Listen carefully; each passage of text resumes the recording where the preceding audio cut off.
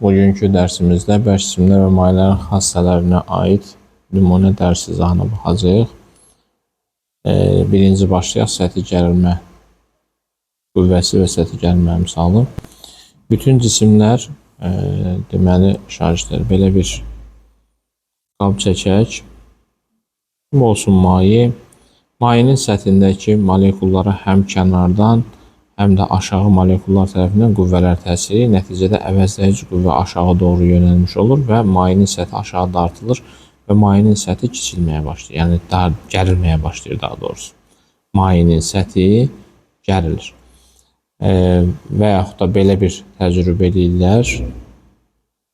Halqanın üzərinə köpük vururlar şarjlar və bura belə bir boş ip salırlar. Bir tərəfi dağıtdıqdan sonra o şəkil belə bir vəziyyət alır.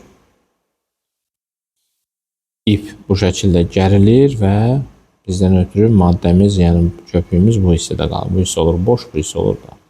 Və səthi gərilmə qüvvəsi bütün istiqamətlərdə mərkəzə doğru yönələrək cismin səthini, mayenin səthini nə etməyə çalışır? Kiçiltməyə çalışır. Ona görə deyirik ki, səth boyunca yönələn və səthi kiçiltməyə çalışan qüvvəyə səthi gərilmə qüvvəsi deyilir. Səth boyunca yönələn və səthi kiçiltməyə çalışan qüvvəyə səthi gərilmə qüvvəsi deyilir. Səthi gərilmə qüvvəsi səthin kənarlarından cismi çəkdiyinə görə, yəni səthin daxilində təsiri yoxdur. Səthin kənarlarına təsiri var. Ona görə də biz səthi gərilmə qüvvəsi üçün belə bir ifadə yazacağıq ki, səthi gərilmə qüvvəsi səthin kənarının uzunluğu ilə düz mütənasib asılıdır və sigma vurulsun L hərfi ilə işarə olunur. Və bizim səthi gərilmə qüvvəmiz səthin kənarının uzunluğu ilə düz mütənasib asılıdır. Burada qalan bucağımızın tangensi səthi gərilmə əmsalına bərabər olacaq. F bölünsün L düsturunun hesablanır. Yəni tangensi alfa böyük olanda böyük, kiçik olanda kiçik olacaq. Və səthi gərilmə qüvvəsi səthi gərilmə əmsalı ilə də düz mütənasib asılıdır. Buradakı sigma mütənasiblik əmsalı olub səthi gərilmə əmsalı adlanır və F bölünsün L düsturu ilə hesablanır. Səthi gərilmə əmsalının vahidi 1 Newton bölünsün metrdir. Və səthi gərilmə əmsalı asılıdır növdən və asılıdır temperaturdan. Temperaturla da tərs asılıdır. Yəni temperatur artırsan səthi gərilmə əmsalı kiçilir. Və səthi gərilmə əmsalı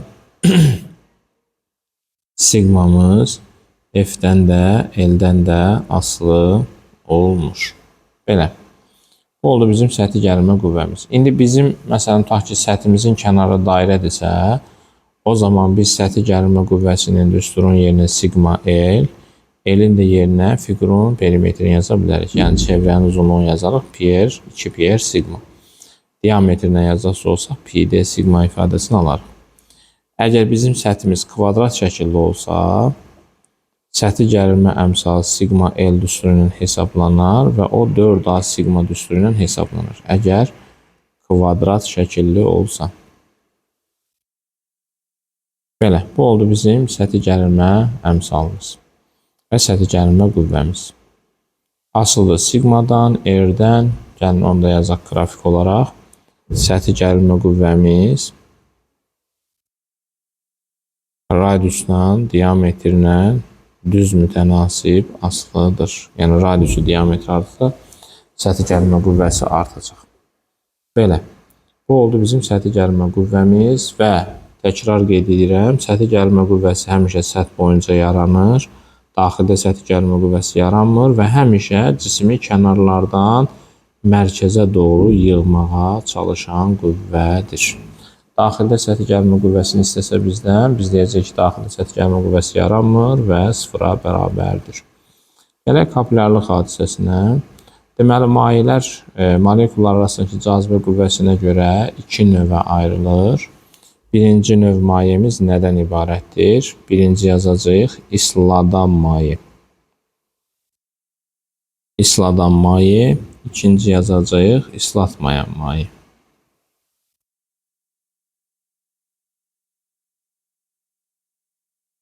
Deməli, İsladan maye nədir? Əgər bərk cisimlə maye molekulu arasındakı cazibə qüvvəsi mayenin öz molekulu arasındakı cazibə qüvvəsindən böyük olarsa, belə mayəyə deyəcəyik isladan maye.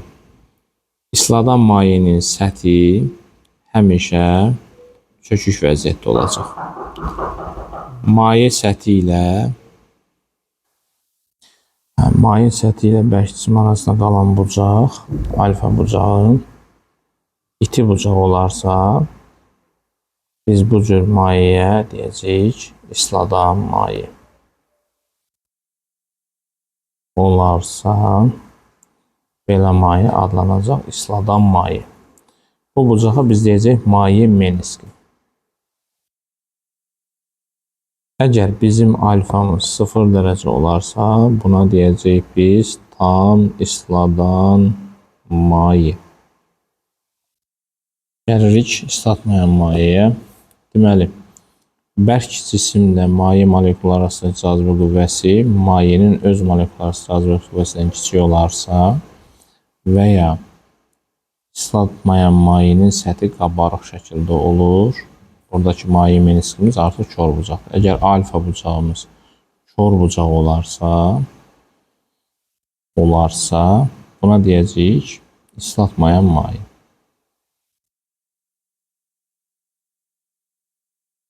İslatmayan maye. Əgər alfamız 180 dərəcə olarsa, buna da tam islatmayan maye deyilir. İndi biz isladan və islatmayan mayenin içərisinə kapilyar boru salsaq, həmən kapilyar boruda isladan maye başlayacaq yuxarı doğru qalxmağa, islatmayan maye isə düşəcək aşağıya doğru. Ona görə deyirik ki, kapilyar boruda isladan və islatmayan mayenin qalxması və ya enməsi hadisəsinə kapilyarlıq hadisəsi deyilir. Və kapilyarlıq hadisəsi o vaxta qədər davam edir ki, bu cismi yuxarı doğru qaldıran səthi gərilmə, aşağı doğru isə yönələn ağırlıqdır. Əgər səthi gərilmə qüvvəsi o mayenin çəkisinə bərabər olduqda, artıq mayenin qalxması prosesi dayanacaq. Biz buradan artıq həm çəkini, həm mayenin hündürlüyünü, həm həcmini təyin edə bilərik. Bu bərabərlikdən istifadə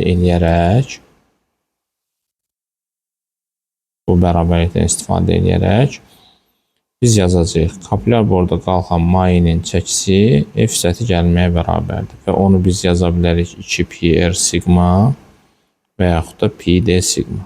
Buradan görürük ki, çəki radiusdan necə asılıdır? Düz mütənasib asılıdır. Çəkini mg yazsaq, kapilyar boruda qalxan mayenin kütləsini təyin edə bilərik ki, o kütlə bizdən ötürü 2πr sigma bölünsün j və yaxud da πd sigma bölünsün j düsturu ilə hesablana bilər. Biz kütlənin yerinə ρv yazsaq, o zaman kapilyar boruda qalxan mayenin həcmində düsturunu tapa bilərik ki, 2πr sigma bölünsün ρj ifadəsini alarıq və yaxud da πd sigma bölünsün ρj ifadəsini alarıq. Qrafikləri çəkmirəm, düsturlardan da görürük ki, çəkidir, kütlədir, həcmdir, radius və sigma ilə düz mütənasib asılıdır. Və biz həcmin yerinə sh yazsaq və s-imiz də πr kvadrat olduğuna görə buradan artıq biz h təyin edə bilərik. O zaman kapilyar boruda qalxan mayenin hündürlüyünün düsturu 2 sigma bölünsün ρj r ifadəsini alarıq və yaxud da 4 sigma bölünsün ρj d ifadəsini alarıq. Yəni gördüyümüz kimi kapilyar boruda qalxan mayenin hündürlüyü radiusdan necə asılıdır? Tərs mütənasib asılıdır. Əgər biz maye dolu qabı A təcili ilə yuxarı hərəkət elətdirsək, o zaman kapilyar boruda qalxan mayenin hündürlüyü 2 sigma bölünsün ρj plus A vurulsun R düsturu ilə hesablanar. Əgər A təcilindən aşağı hərəkət elətdirsək, o zaman H-ımızın düsturu 2 sigma bölünsün ρj minus A vurulsun R düsturu ilə hesablana bilər. Şimdi biz əgər borunu kvadrat şəkildə götürsək, Kvadrat şəkilli boru. Kvadrat şəkilli boru götürsək, onda H-ımızın düsturu 4 sigma bölünsün rho j a olar. A da kvadratın tərəfidir. Tərəfi. Sonra əgər paralel lövhə götürəsi olsaq, paralel lövhədə bizim H-ımızın düsturu 2 sigma bölünsün rho j L-dir. L lövhələr arasındakı məsafədir. Arasında məsafə. Belə. Bu oldu kapilyar boruda qalxan mayın hündürlüyü. İndi biz bu düsturda, bax, yazdığım bu düsturda hər tərəfi rho j-yə vursaq, çünki kapilyar boruda maye müəyyən H hündürlüyünə qalxırsa, demək ki, həmin maye orada müəyyən bir təzyiq yaradacaq ki, kapilyar boruda qalxan mayenin təzyiqi 2 sigma bölünsün R və yaxud da 4 sigma bölünsün D düsturu ilə hesablanır. D düsturu ilə hesablanır. Buna isə biz deyəcəyik Laplace təzyiqi.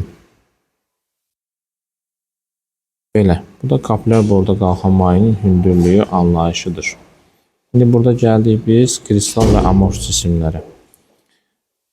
Deməli, bərk cisimlər molekullarının düzülüşünə görə iki növə ayrılır. 1. Kristal cisimlər. 2. Amorf cisimlər.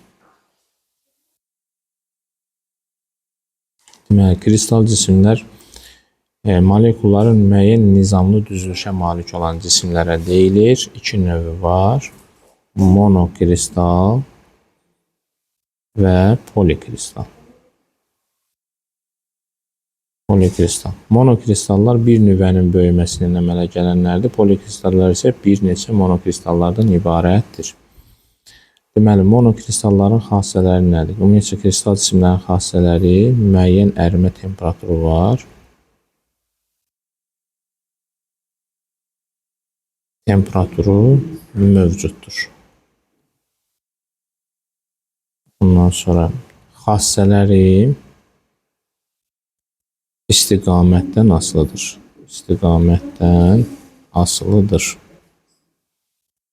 Xassənin istiqamətdən asılı olmasına anizotropiya deyilir.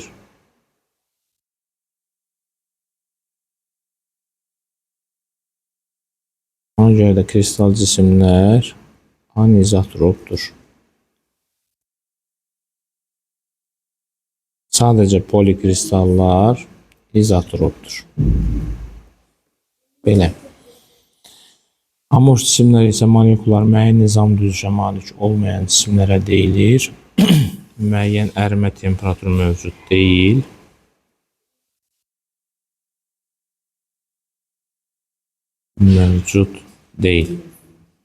Yəni, temperatur intervalında əriyir. Xassələr istiqamətdən asılı deyil. Xassənin istiqamətdən asılı olmamasına izotropiya deyilir. Və amorf cisimlər izotropdur. Belə. Bu amorf cisimlər və kristal cisimlərə aid xassələrdir ki, bizə imtahanda qarşımıza çıxacaq. Gəldik ərimə məsələsinə. Bərk cisimin mayeyə çevrilməsi prosesinə ərimə deyilir. 1 kiloqram mayeni tamamilə əritmək üçün lazım olan istilik miqdarına xüsusi ərimə istiliyi deyilir. Xüsusi ərimə istiliyi lambda hərfi ilə işarə olunur. Q bölünsün M düsturu ilə hesablanır. Xüsusi ərimə istiliyin vahidi 1 joule bölünsün kiloqramdır. Və xüsusi ərimə istiliyi yalnız asılıdır növdən. Yəni, xüsusi ərimə istiliyi lambdamız Q-dən, M-dən asılı deyil. Q bərabərdir lambda M ifadəsinə isə ərimə istiliyi deyilir. Ərimə istiliyimiz isə Q-müz həm lambdadan, həm də M-dən asılıdır, düz mütənasib asılıdır. İndi gəlin ərimə qrafikini çəkib yekunlaşdıraq. Ərimə qrafiki nədir? Ərimə qrafiki dərəcə C-sinin istilik miqdarından asılı qrafikindən danışacaq. Əvvəlcə bərk cisim qızacaq, sonra əriyəcək, sonra maye qızacaq. Grafikimizin AB hissəsi, BC hissəsi və CD hissəsi var. Grafikin AB hissəsində deyəcəyik ki, bərk cisim qızır. Bərk cisim qızır. Ona görə deyəcək yalnız bərk al. Yalnız bərk. Sonra BC hissəsində deyəcək ki, bərk cisim əriyir.